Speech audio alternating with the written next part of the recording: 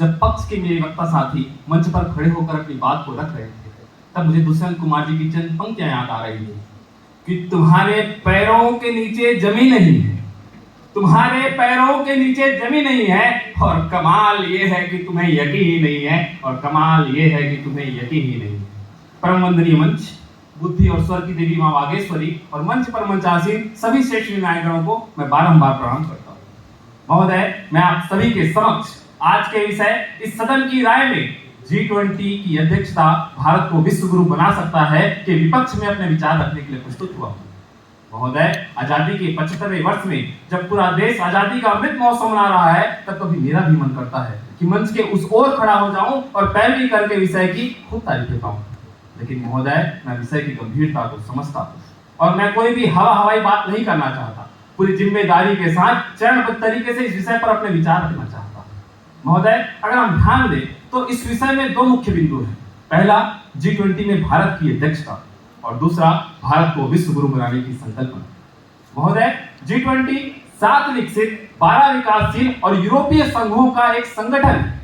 जिसका प्रादुर्भाव 1990 के दशक में आए आर्थिक संकट के कारण हुआ, और सन 2008 में जब पूरा विश्व आर्थिक संकट के दौर से गुजर रहा था, तब G20 की महत्ता और भी बढ़ जाती है। महोदय, G20 का मुख्य उद्देश्य वैश्विक आर्थिक संरचना का समन्वय करना है।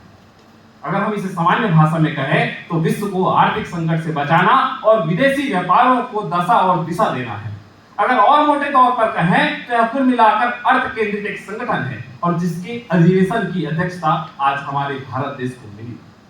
दूसरी ओर, अगर हम भारत को विश्व गुरु बनाने की संकल्पना की बात करते हैं तो महोदय, विश्व गुरु क्या है, हमें यह जान लेना आवश्यक है। विश्व गुरु एक ऐसा मार्गदर्शक देश जो आर्थिक, सामाजिक, राजनीतिक, सांस्कृतिक और जीवन के अन्य सभी परिप्रेक्ष्यों में पूरे विश्व को एक देने की स्थिति में हो। विश्व गुरु का अर्थ आओ गुरु प्रणाम करो नहीं, विश्व गुरु का अर्थ किसी देश का महिमा मंडन करना नहीं। विश्व गुरु का अर्थ पूरे विश्व के सामने लोक कल्याण के लिए लोकतंत्रात्मक और मानवाधिकारों का एक ऐसा मॉडल प्रस्तुत करना है जिसका पूरा विश्व अनुसरण कर सके और अपनी समस्याओं का समाधान कर सके। महोदय, तब केवल एक अधिवेशन की अध्यक्षता मात्र से भारत को विश्व गुरु बनाने का सपना देखना मुझे केवल एक शासकीय जुमला सा लगता है। मुझे संत जोशी जी की वो पंक्तियां याद आती है कि यह एक तरीके का शासकीय प्रचार प्रसार का केवल एक कार्यक्रम है। इस सदन पर देश के विकास के बड़े बड़े आंकड़े गिनाए जा रहे थे, और जब वह आंकड़े मैं सुन रहा था तब मुझे रम गौड़वी साहब की चंद पंक्तियां याद आ रही थी कि तुम्हारी फाइलों में गांवों का मौसम गुलाबी है, तुम्हारी फाइलों में गांवों का मौसम गुलाबी है, ये आंकड़े झूठे हैं, ये दावा किताबी है, ये आंकड़े झूठे हैं, ये दावा किताबी है। मान्यवर, अगर मेरे साथी को आंकड़ों के साथ खेलना इतना ही अच्छा लगता है तो मैं उन्हें कुछ बताना चाहता हूँ। जिस देश का पर्यावरण प्रदर्शन सूचकांक में 180 देशों में 180वां स्थान हो, जिस देश का वैश्विक भुखमरी में 121 देशों में 107वां स्थान हो, और जिस देश का लैंगिक समानता में 146 देशों में 135वां स्थान हो, जिस देश का ग्लोबल हैप्पीनेस इंडेक्स में 146 देशों में 136वां स्थान हो, और जिस देश की एक भी यूनिवर्सिटी का नाम विश्व की टॉप 100 यूनिवर्सिटियों में ना आता हो, उस देश के बारे में यह कहना कि वह विश्व गुरु के पद पर स्थापित हो सकता है, महोदय, मुझे बेईमानी सा प्रतीत होता है।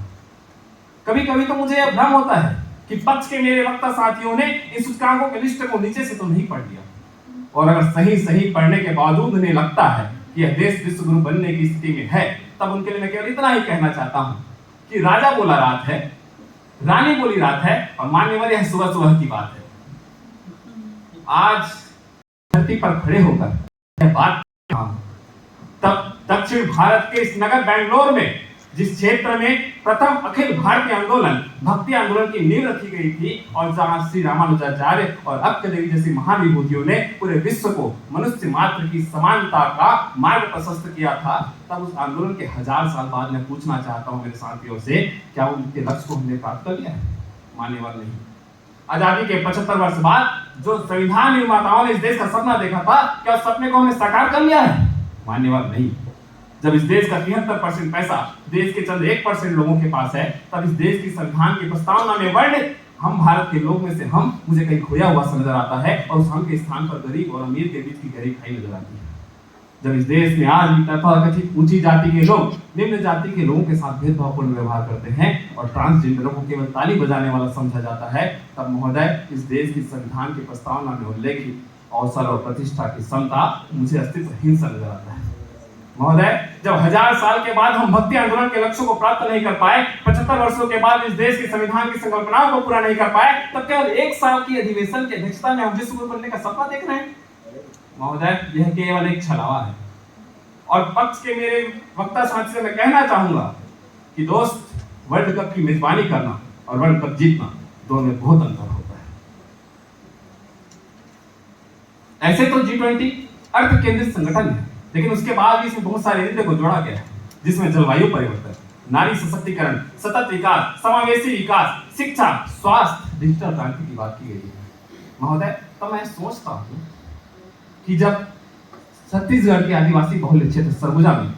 हसदेव जंगल को काटने की, जिसके हजारों एकड़ जंगल को काटने की तैयारी हो रही है क्योंकि हम वहां से कोयला निकाल सके, तब मैं सोचता हूं कि भारत विश्व गुरु के रूप में पूरे विश्व के सामने किस सतत विकास का उदाहरण प्रस्तुत करेगा। जब आफ्ताब नाम का एक लड़का दिल्ली में श्रद्धा के 35 टुकड़े कर उसे जगह जगह फेंक देता है, तब मैं इस देश का 75 वर्षों का सामाजिक विकास धरा का धरा रह जाता है। और जब इस देश में हर 16 मिनट में मेरे देश की बेटी के साथ यौन शोषण होता है, तब मैं सोचता हूं कि भारत कौन सा चेहरा लेकर पूरे विश्व के सामने महिला सशक्तिकरण पर अपना बात रखेगा। महोदय, हम अपने आप को कृषि प्रधान देश कहते हैं, हम बार बार अपनी पीठ पर तपाते हैं, लेकिन इस देश में आज भी ऐसे बहुत से इलाके हैं, विदर्भ, कालाहांडी, जहाँ किसानों की हालत इतनी गंभीर है कि वे आत्महत्या करने के लिए मजबूर हैं। महोदय, अगर मैं आत्महत्या के आंकड़ों को छोड़ भी दूं, तो हाल ही में कोरोना महामारी के दौरान हमने देखा है कि इस देश का किसान किसानी छोड़कर अपने अधिकारों के लिए 1.5 साल तक सड़कों पर लड़ता रहा। तब मैं सोचता हूं कि भारत देश कौन सा मुंह लेकर पूरे विश्व के सामने समावेशी विकास का ज्ञान बांटेगा। महोदय, जब इस देश में चारों ओर G20 की मेजबानी को लेकर जोरदार धूमधाम तैयारियां चल रही है, तब मैं सोचता हूं कि दिल्ली में झुग्गी झोपड़ियों को जब हटा दिया जाता है, तो हम इस गरीबी को छुपाना चाहते हैं। हम गरीबी को छुपाकर छद्म रूप से अपनी संपन्नता दिखाना चाहते हैं। अदम गौंडी जी की चंद पंक्तियां मुझे याद आती है कि कोठियों से मुल्क के मियारों को मत आंकिए, कोठियों से मुल्क के मियारों को मत आंकिए,